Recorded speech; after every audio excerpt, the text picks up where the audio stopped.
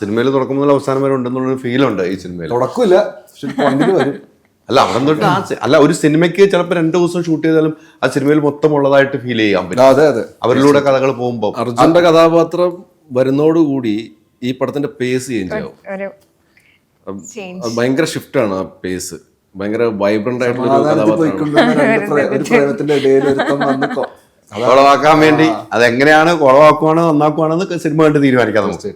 ഉറപ്പായിട്ടും അങ്ങനെ ഈ പ്രണയകഥകൾ ഒത്തിരി വന്നിട്ടുണ്ടല്ലേ. എനിക്കൊന്ന് ഇതിൽ കൂടുതലും പ്രണയം എന്ന് തന്നെയാണ് ഇവർ പറയുന്നത്. ഇവരെല്ലാ ക്യാമ്പസിലും ഞാൻ ഉൾപ്പെടെ ഇവർ പറഞ്ഞിട്ട് പ്രണയം എന്ന് തന്നെയാണ്, പ്രണയത്തിന് മുൻതൂക്കം ഉണ്ട് എന്നാണ് പറഞ്ഞത്. പ്രണയം പല രീതിക്കാണ്. അച്ചുവിനെ സംബന്ധിച്ചിടത്തോളം ഇതിൻ്റെ ഒരു പ്രണയം ഇപ്പോൾ പറഞ്ഞില്ലേ, ഈ പ്രണയത്തിൽ ഞാൻ വന്ന് കയറി എന്താണ് ഉണ്ടാകുന്നത് പറയാൻ പറ്റില്ല എന്ന് പറഞ്ഞല്ലോ. ഒരു ജീവിത ശൈലി നമുക്ക് പല ആൾക്കാരും പല രീതിക്കുള്ള പ്രണയമായിരിക്കും അല്ലേ. നമുക്കൊരു അനുഭവങ്ങളുണ്ടാകും ഓരോ പ്രണയത്തിലും. അങ്ങനെ ഒരു അനുഭവം ജീവിതത്തിൽ ഉണ്ടായത് എന്തായിരിക്കും അച്ചു? എൻ്റെ ജീവിതത്തിൽ ഇതേപോലെ തന്നെ എനിക്ക് വൈഫിനെ സ്കൂളിലോട്ട് പ്രേമിച്ച് 8 വർഷം ശേഷം കല്യാണം കഴിച്ച് പതേരി കൊച്ച്. അതാണ് ഏറ്റവും വലിയ അനുഭവം. പിന്നെ ഇപ്പോഴും നമ്മുടെ അച്ഛനമ്മമാരുടെ പ്രണയം ഇപ്പോഴും തുടർന്നുകൊണ്ടിരിക്കുന്നത് നേരിട്ട് കാണുമ്പോൾ ഒരു സന്തോഷം, അവർ ഹാപ്പി ആയിട്ട് ജീവിക്കുന്നത് കാണുമ്പോഴും ഏറ്റവും വലിയ അനുഭവം തന്നെയാണ്. ഈ ഒരു പ്രണയത്തിൽ നിന്ന് തന്നെയാണോ എനിക്കറിയാമല്ലോ അച്ഛൻ്റെ പ്രണയം എനിക്ക് കൃത്യമായിട്ട് അറിയാവുന്ന ഒരു വ്യക്തിയാണ്.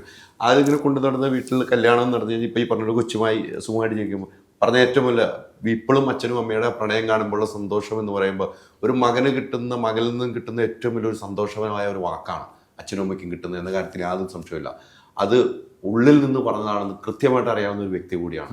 അതിൻ്റെ അപ്പുറത്തേക്കൊരു ഈ പ്രണയത്തിന് അതിനപ്പുറത്തേക്ക് ഒരു മറുപടി ഇല്ല എന്നാണ് എനിക്ക് തോന്നുന്നത്.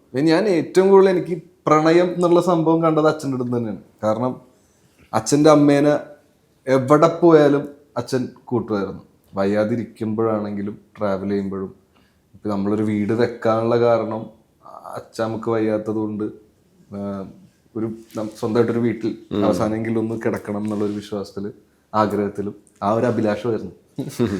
അപ്പോൾ ആ ഒരു കെയറും ഇപ്പം പ്രണയം എന്ന് പറഞ്ഞാൽ ഹസ്ബൻഡ് വൈഫ് അല്ലെങ്കിൽ കാമുകി മാത്രമല്ലല്ലോ, അമ്മയോടാവാം അച്ഛനോടാവാം. അപ്പോൾ ഞാൻ ആദ്യം കണ്ട് വളർന്നതും എനിക്ക് അനുഭവം കൂടുതലുള്ളതും അച്ഛൻ്റെ അമ്മയായിട്ടുള്ളൊരു കെയറിങ് ആണ്.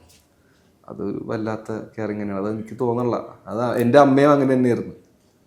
അത് അവിടെ എനിക്ക് വേറെ എനിക്ക് എക്സാമ്പിൾ നോക്കേണ്ട ആവശ്യമില്ല. പുറത്ത് ആൾക്കാരടുത്ത് അച്ഛമ്മയില്ലാതെ ടൂറില്ല, ഒന്നുമില്ല. അച്ഛൻ്റെ അമ്മയില്ലാണ്ട് ഒരു പരിപാടി ഉണ്ടായില്ല. അത് അടിപൊളിയാണ്. എന്ത് തണുപ്പാണെങ്കിലും നമ്മളിപ്പോ ഞങ്ങള് വാഗമണ്ണൊക്കെ ടൂർ പോയിട്ടുണ്ട്. അന്ന് അമ്മയില്ലാതെ ടൂറില്ല കേട്ടോ. അതാണ് ആ ഒരു പ്രണയം എന്ന് പറഞ്ഞാൽ വല്ലാത്ത പ്രണയം. അതാണ് ഓർത്തെടുത്ത് പറഞ്ഞതെന്ന് പറയുമ്പോൾ. പക്ഷെ അങ്ങനെ പറയുന്നവർ കുറവാണ് അല്ലേ, അങ്ങനെ പറയുന്നവർ കുറവാണ്. ആ ഒരു പ്രണയത്തിന്റെ അത്രയും വലിപ്പം ജീവിതത്തിലൊരു പ്രണയത്തിനും ഉണ്ടാവില്ല.